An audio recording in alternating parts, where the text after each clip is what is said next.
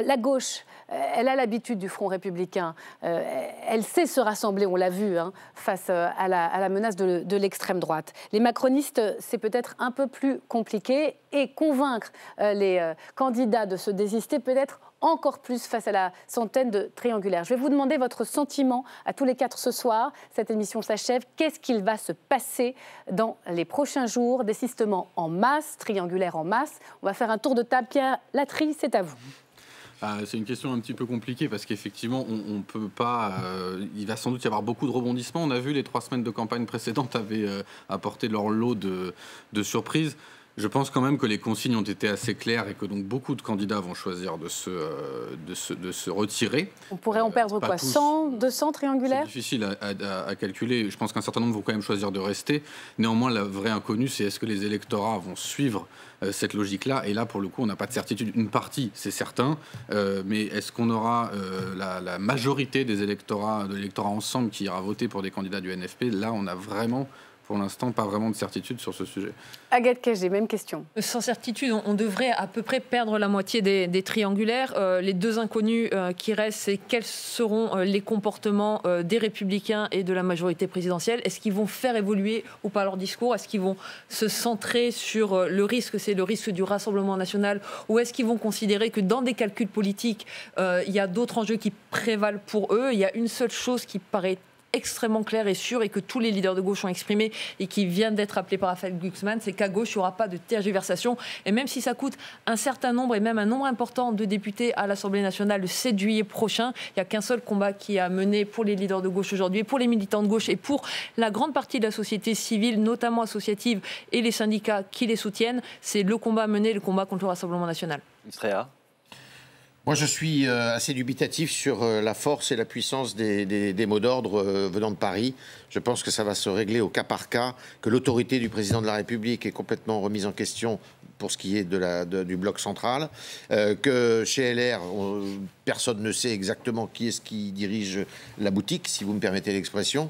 Et donc, c'est principalement là. Je suis d'accord pour dire qu'à gauche, ça devrait jouer davantage, mais je doute que, si vous voulez, de toute manière, la majorité absolue échappe au Rassemblement national, parce que contrairement à ce qu'on voit, enfin à ce qu'on croit, il y a beaucoup de triangulaires là sur le papier, il y en a jusqu'à 300 peut-être. Près de 300, mais en fait il y en a 100 qui sont déterminantes, il y en a 200 qui, de toute manière, me paraissent aller au Rassemblement national quoi qu'il arrive. Donc le macronisme? Pardon? Le macronisme, c'est terminé? Je pense que le macronisme n'a jamais existé qu'avec Emmanuel Macron. Ouais. Et que, vous savez, c'est comme le gaullisme, ça. C'est Malraux, je crois, qui avait dit un jour, De Gaulle, le de gaullisme est mort avec De Gaulle. Il avait raison. Et le macronisme, je ne sais pas s'il a existé, mais en tous les cas, il est mort. Erwan Lecœur, vous partagez ce sentiment? Non, je pense que clairement, là, on est à un moment extrêmement important de notre vie politique. Depuis le 9 juin, je pense que plein de gens n'ont pas encore pris conscience, et notamment dans le camp macroniste, n'ont pas pris conscience de l'enjeu. C'est-à-dire qu'il y a plein de gens, des personnes âgées, parce qu'il faut le rappeler, les macronistes, les électeurs macronistes sont les plus âgés, très largement, plus de 65 ans. Ces gens-là s'accrochaient au macronisme comme ils s'étaient accrochés à la droite traditionnelle, en se disant, voilà, là j'ai un bloc, il m'assure que ma vie va bien se passer et que tout va bien se passer. Et c'est ce que Emmanuel Macron a réussi toutes ces années. Et puis là, d'un seul coup, ce soir, tous ces gens se retrouvent... Ah mais il n'y a plus de macronistes au deuxième tour. Il n'y a plus la possibilité d'avoir un président avec une Assemblée nationale qui le suit, bon an, mal an. Il n'y a plus la droite et le macronisme. Ils sont donc d'abord, il faut se dire que toute cette nuit, il y a plein d'électeurs macronistes qui vont passer une très mauvaise nuit, première chose. Deuxième chose, il va falloir faire de la pédagogie pour aller leur expliquer gentiment, calmement, tranquillement, moins brutalement que ça n'a été fait jusqu'à maintenant, que oui, ce serait bien qu'ils évitent que Jordan Bardella prenne la tête du pays et du gouvernement. Le deuxième point. Et le troisième point, pour que cela réussisse, eh bien, après une campagne dans laquelle le président de la République lui-même n'a cessé de dire les extrêmes, en mettant sur un pied d'égalité le RN et la France insoumise, pour le dire rapidement, voire même le nouveau Front populaire, eh bien, il va falloir être très pédagogue pour faire comprendre à environ 70% des électeurs macronistes qu'il faut sauver la République désormais.